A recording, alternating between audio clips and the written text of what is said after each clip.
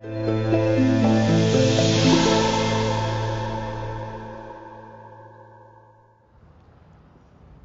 the course of human history, most men and women have lived under a state of tyranny and oppression. Freedom is the exception to that. But freedom comes with a cost, and it's been paid in blood by those whose names are inscribed behind us here in black granite at the Jacksonville Veterans Memorial Wall. These soldiers, sailors, airmen, and Marines paid the highest price for our freedom, yet each also leaves behind a family known as Gold Star families to mourn their tragic loss. Two members of these families work with us every day at Fleet Readiness Center Southeast. In our second segment, we'll speak with the father of Lance Corporal Jonathan Taylor, who lost his life in Afghanistan in 2009. So what was his childhood like? I mean, what was he like as a little boy? Definitely outgoing. He was always, everything was a big joke. He loved to joke, practical jokes. Loved to play with his Army men. That's in his room, that and video games. We used to play the baseball games. We had Atari then. Sure. Do you remember that? I just certainly do. You know, and we played all that for years. We played baseball together. You name it, all kid stuff. Right. And what side of town were y'all living out? Mandarin. Mandarin. Okay. Still do. Right. I got you. So, but he went to Wolfson though, huh? Yep. Went to Wolfson. He was on that. We're on that side of town. He was the first of the kids that graduated from Wolfson. I've got my two other daughters that graduated from there. Well, were they older or younger than he? Younger. Okay. And then my youngest daughter, my third daughter, Lauren, she'll graduate from Mandarin this year. Okay. So. And so he was in Army ROTC and a lot of that stuff. Yeah. Matter of fact, he was in Sea Cadets. And how that all started out was one year when he was young, we were at the Blue Angels Air Show, and they had a lot of Sea Cadets walking by, and he goes, I want to do that. So I got the literature and made a phone calls, and matter of fact, June Tillett was Jonathan's CO the whole time that he was in Sea Cadets. Wow, at least 6 years. And when he went on to high school, he was in the Army ROTC at Wolfson. Right.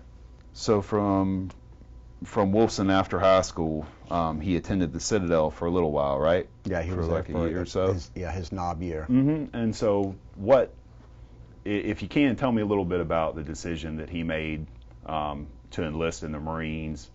What made him choose the Marines? Did he talk to you about it at all before he did? That sort of thing. Well, you always want to be in the military. I knew that early on he was going to be. So he decided to go to the Citadel for 1 year, and the biggest thing, he had a lot of friends that were already in the Marine Corps, that were already serving over there in Iraq and all, and he didn't want to wait for 3 more years to go. So he made the decision not to go back and enlist the Marine Corps. And of course, he asked me what I thought, and I said, I think you're crazy.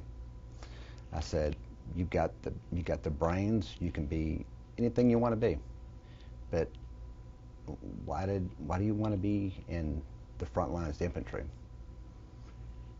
He said, that's what I want to do. So I said, okay. And that was pretty much it.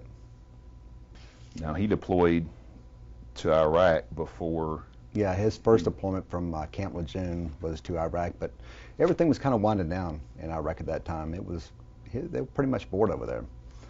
But after he came back the first time from Iraq, they knew they were going to Afghanistan, and things were starting to heat up over there already. And he was worried too. You know, he heard all the stuff from the other units that were already over there. They were leaving, all the stuff that was going on. And I know it bothered them. They had I think they were preparing, they had almost a year of training before they left.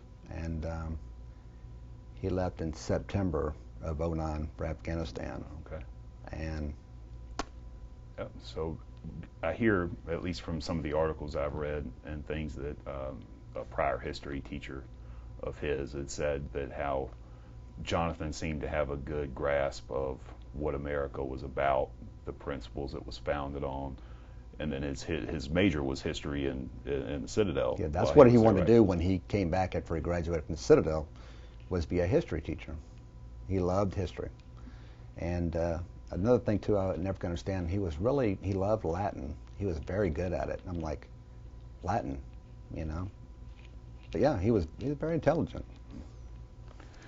When he got home from Iraq, and you said, I guess he deployed there in '08, from what I could tell, right? That's right. About that time frame. And so, did y'all get to see him before he left for Afghanistan?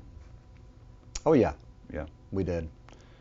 He was home quite a bit between training. We'd see him, but he left in September, I believe it was. And usually I heard from him about maybe once a week. I'd always get a phone call. Never knew when it was going to be. Sometimes it was at work. I always had my phone handy, or at night. But the last time that we all talked as a whole group of the family, it was Thanksgiving of '09. We were headed up to, not Charlotte, but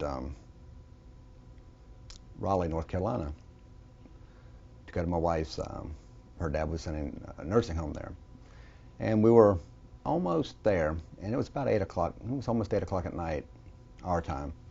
And I got a phone call, and it had a blocked number, and I answered it. It was terrible reception. It was Jonathan.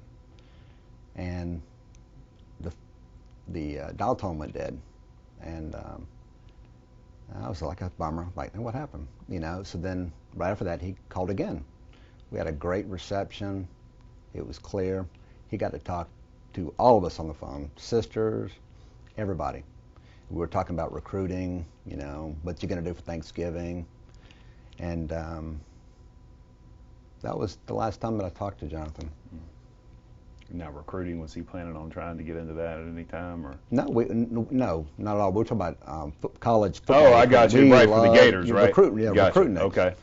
And, you know, we followed all the, you know, I give him all the scores, updates, and all that when he called. But that was the last time I talked to him. It was on Thanksgiving. So, Todd, from what you've heard, what happened the day Jonathan was killed? Well, I remember that just like it was yesterday. It was a Tuesday. I was on the P3 mod team then, and we were in the P3 hangar that day. Remember exactly what job I was doing that day, everything. That day is crystal clear. Everything was normal. We all were eating dinner at the table. And Jonathan's mom called on the phone. And she said there were Marines at the door. And said, you need to hurry up and get over here. So we all put down plates, and of course my daughters were all breaking out. What's going on? I said, we don't know. It may just got an accident. We don't know. So we all loaded up in the car and went over there to Jonathan's mom, which is only maybe a mile down the road. And we got the news that Jonathan was killed at 8:29.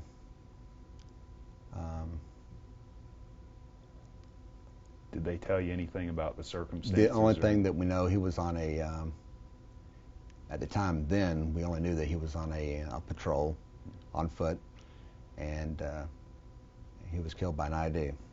That was all we knew at the time. But later on, we found out that he was on a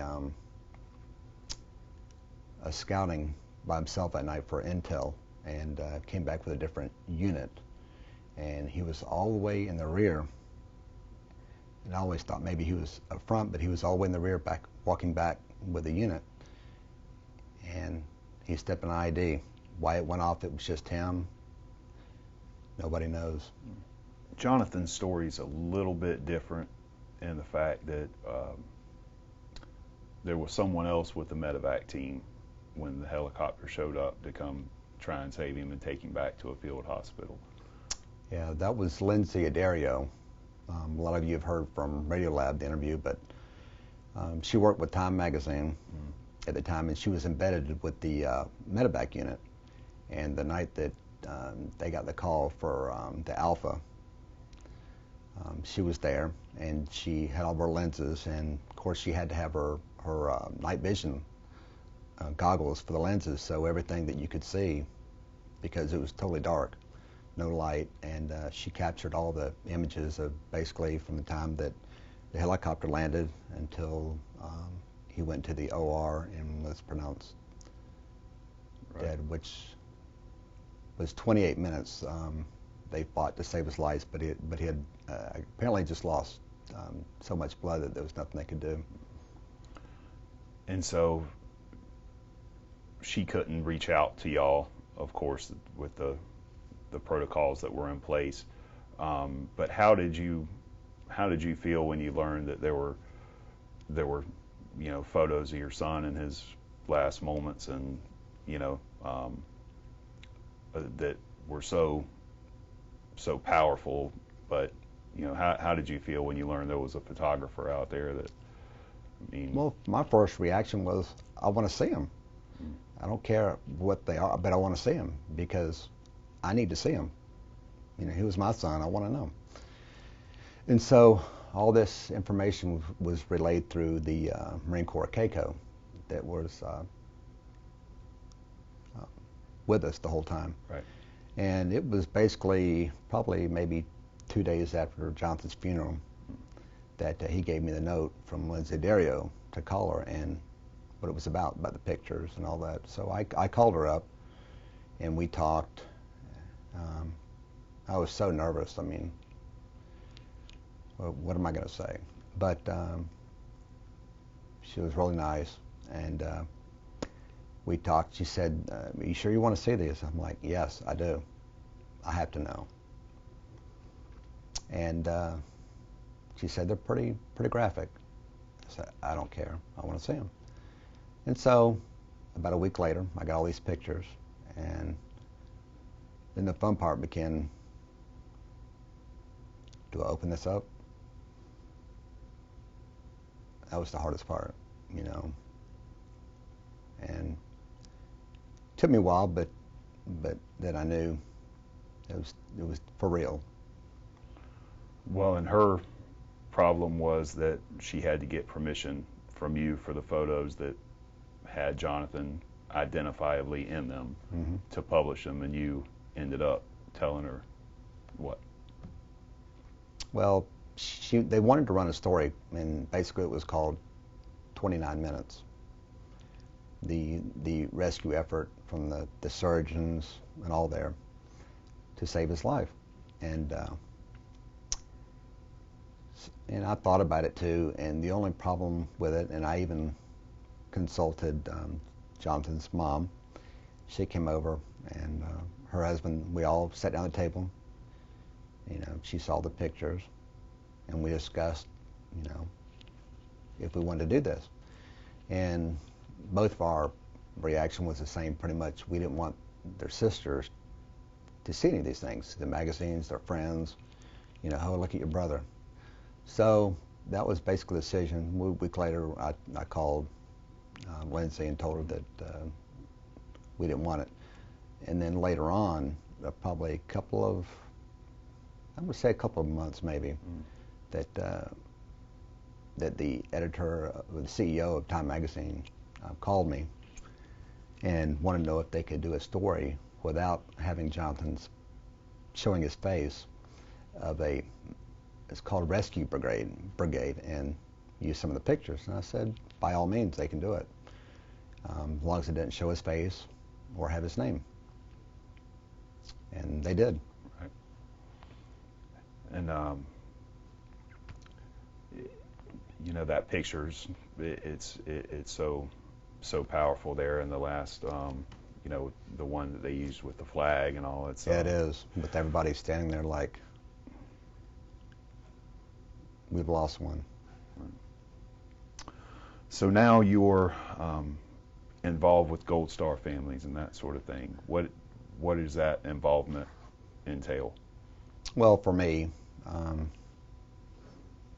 didn't want to be a Gold Star dad, but I am. But what I try to do to give back, instead of sitting there and I guess, sulking in it that my son's gone. But I always have his memory. I'll never have that gone.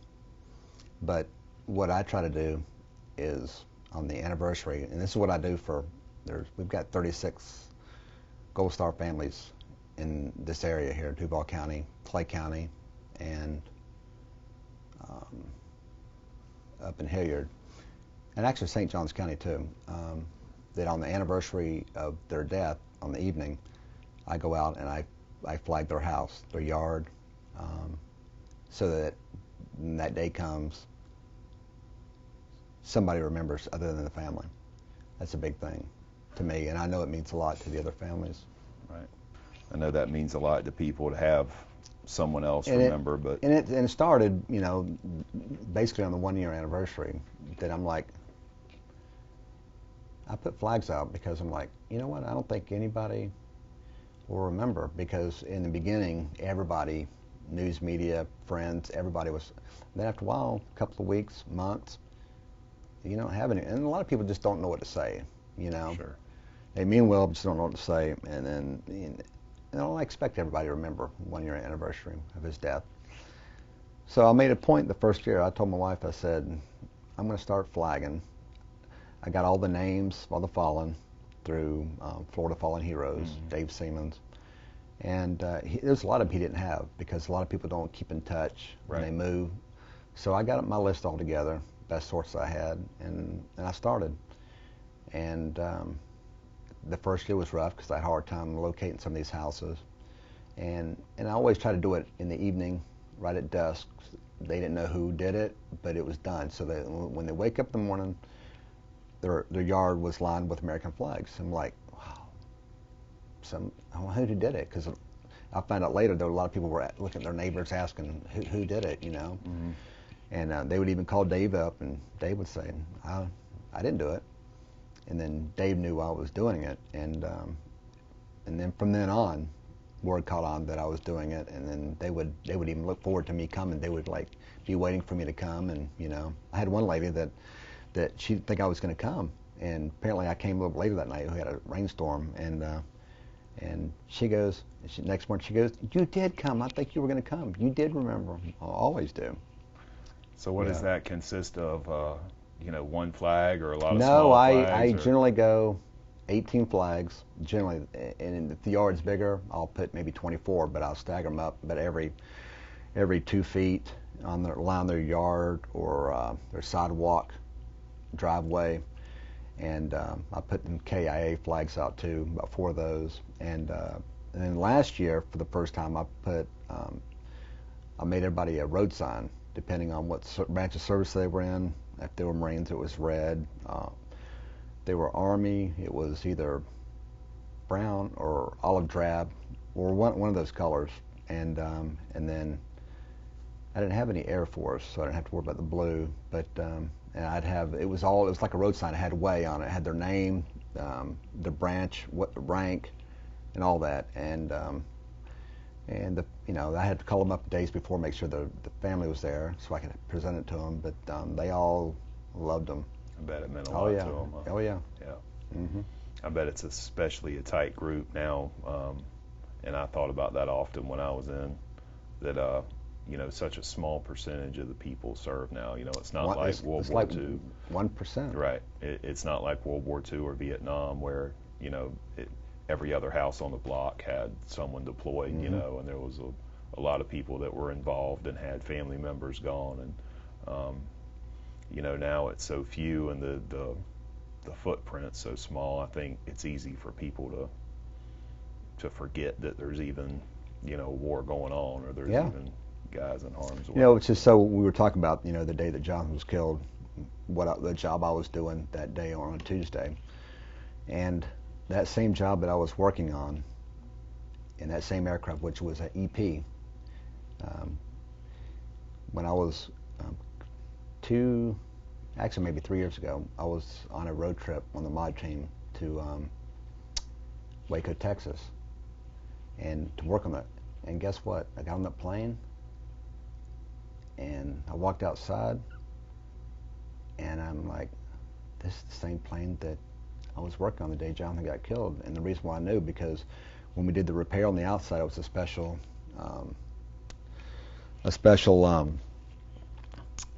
doubler that we had on there. It was real thick, and this was it. I'm like, wow.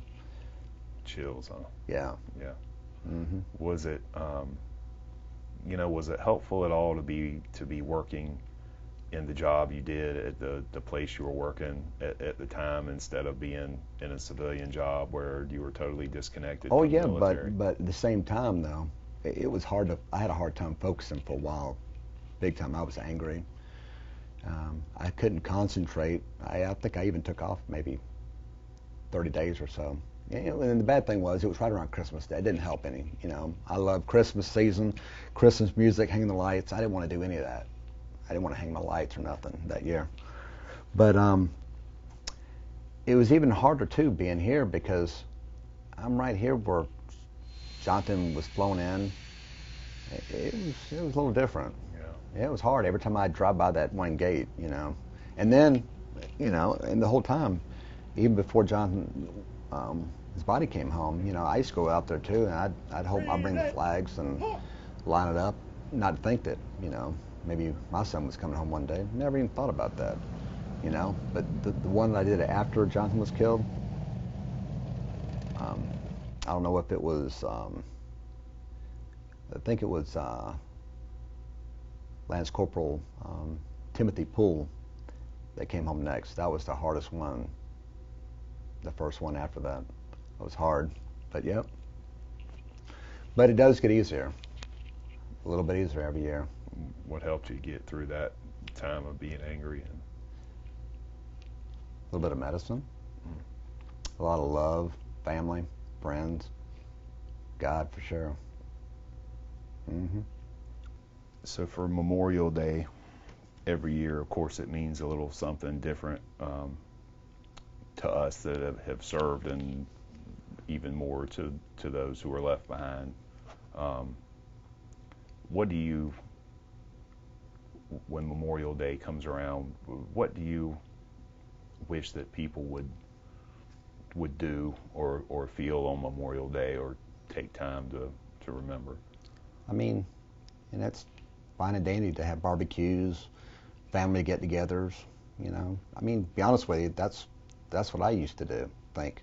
I didn't really think about, I did a little bit, but until Jonathan was killed, it took on a whole new meaning. But, I mean, just, even if it's just a couple of minutes to say a prayer for all the troops out there that are out there serving and fighting right now,